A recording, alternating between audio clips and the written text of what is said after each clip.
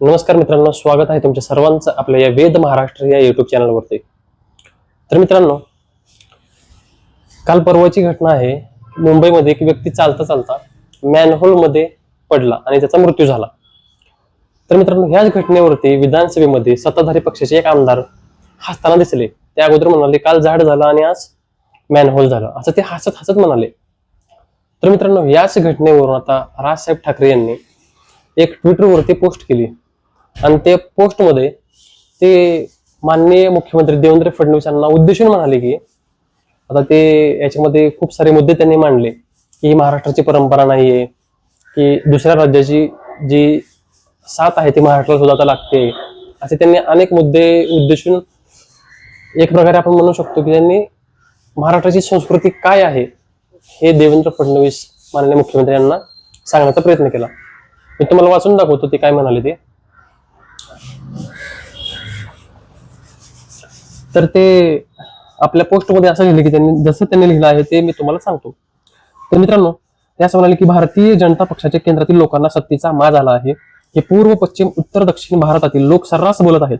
केंद्रातील लोक वाटेल तसे वागत आहेत।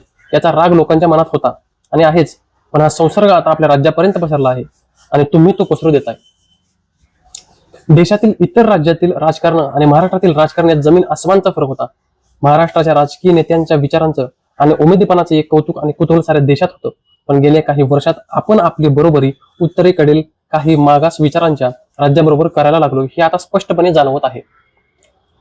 तुमचा एक आमदार आणि पदाधिकारी लोकांच्या मृत्यूवर फिदी हसतो आणि त्यावर कारवाईचा एकही आसूड ओढला जात नाही। एक फार प्रसिद्ध वाक्य आहे जे तुम्ही पण कधी ऐकलं असेल, power tends to corrupt and absolute power corrupts absolutely. पण या वाक्याचा अर्थ उद्या समजून सांगायची वेळ आली तर सध्याचे भारतीय जनता पक्षाचे तुमचे सहकारी हे आदर्श उदाहरण ठरतील अशी परिस्थिती आहे। या सगळ्यात तुम्ही एकही अवाक्षर बोलत नाही, यामुळे सगळे बेफाम झालेले आहेत। देवेंद्र फडणवीस हे सुसंस्कृत मुख्यमंत्री आहेत, संवेदनशील आहेत असं महाराष्ट्राला वाटत होतं आणि मलाही वाटत होतं, पण हे असले प्रकार जेव्हा होतात आणि त्यावर जेव्हा काहीही खेद तुमच्याकडून व्यक्त केला जात नाही तेव्हा मात्र तुमच्या संवेदनशीलतेबद्दल शंका घ्यावी लागते। मी गेली 37 वर्षे राजकारणात सक्रिय आहे। या काळात महाराष्ट्रात एखाद्या नेत्याकडून प्रमाद घडला, चूक झाली तर तो स्वपक्षाचा आहे म्हणून त्याच्या चुकावर त्यावेळीच्या राज्यातील नेत्यांनी कधी पांघरून घातलं असं झालं नाही। बाळासाहेब असोत, पवारसाहेब असोत की प्रमोदजी असोत किंवा कोणीही असोत, म्हणून महाराष्ट्राचं राजकारण वेगळं आहे अशी देशभर प्रतिमा होती। आज तुम्ही हा आपला आहे ना, मग त्यांना काहीही केलं तरी घाल त्याला पाठीशी सुरू केला आहे।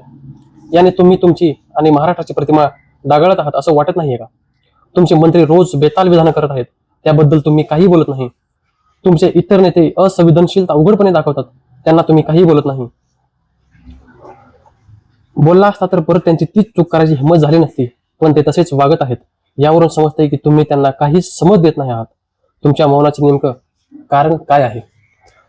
तुमच्याकडून म्हणण्यापेक्षा या महाराष्ट्राच्या मुख्यमंत्र्याकडून काही संकेताची अपेक्षा कायम असते, मग तो कुठल्या का पक्षाचा असेना, त्याचा अपेक्षा भंग करू नका। अन्यथा देवेंद्र फडणवीस हा माणूस फक्त स्वकीयांच्या चुकांना पाठीशी घालणारा भाऊ इतकीच तुमची प्रतिमा आहे। आणि यात सगळ्यात महत्वाचं म्हणजे महाराष्ट्राच्या राजकारणात चुकीचे पायंडे पडतील। खरं तर असं बेफाम पगारांकडून तुम्ही राजीनामे घ्यायला हवेत, पण तुम्ही ते का करत नाही माहित नाही। वेडवाकडं पगारांना फडणवीस जबर शासन करतात हे एकदा दाखवून द्या, म्हणजे सगळे स्वतःसारखे सरळ होतील। तुम्ही सुज्ञ आहात, तुमच्याकडून अपेक्षा आहे। राज ठाकरे। तर मित्रांनो, अशा एक कडखर शब्दामध्ये एक सल्ला म्हणू शकतो आपण हा राज ठाकरे साहेबांनी माननीय मुख्यमंत्री देवेंद्र फडणवीस साहेबांना दिलेला आहे।